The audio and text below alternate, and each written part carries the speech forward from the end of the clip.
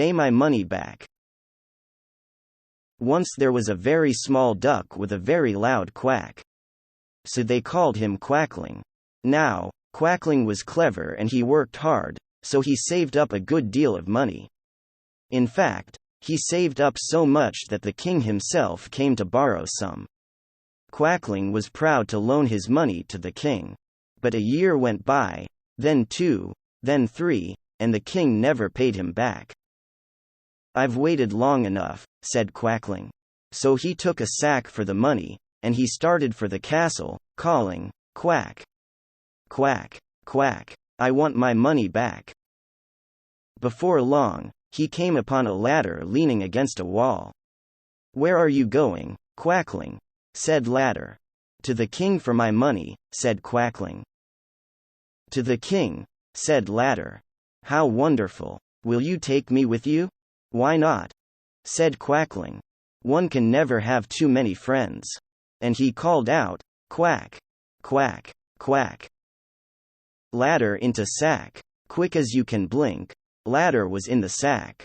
Then Quackling walked on, calling, "Quack! Quack! Quack! I want my money back." Not much later, he came upon a river flowing through a wood. "Where are you going, Quackling?" said River. "To the king for my money," said Quackling. "To the king," said River. "How splendid! Will you take me with you?" "Why not?" said Quackling. "One can never have too many friends." And he called out, "Quack! Quack! Quack! River into sack, quick as you can wink." River was in the sack. Then Quackling walked on, calling, "Quack! Quack! Quack! I want my money back." In a little while, he came upon a beehive hanging from a tree. "Where are you going, Quackling?" said Beehive. "To the king for my money," said Quackling. "To the king," said Beehive. "How marvelous! Will you take me with you?"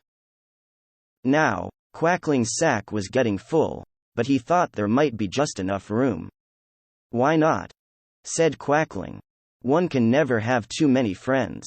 And he called out, "Quack! Quack! Quack! Beehive into sack, quick as you can think." Beehive was in the sack. Then Quackling walked on, calling, "Quack! Quack! Quack! I want my money back." Soon after, Quackling arrived at the king's castle. He marched right up to the guards and told them, "I've come for my money."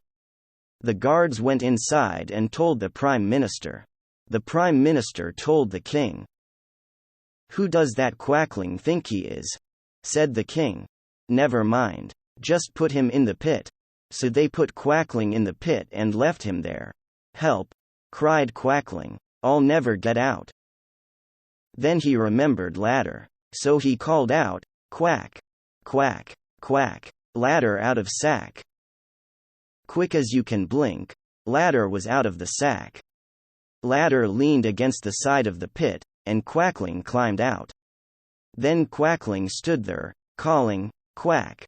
Quack! Quack! I want my money back." "How did that Quackling get out of the pit?" said the king. "Never mind. Just put him in the pot." So they put Quackling in the pot and set it on the fire. "Help!" cried Quackling. "I'm in a stew." Then he remembered River. So he called out, "Quack! Quack! Quack! River out of sack." Quick as you can wink, River was out of the sack. River put out the fire and flowed away. Then Quackling got out, calling, "Quack! Quack! Quack! I want my money back."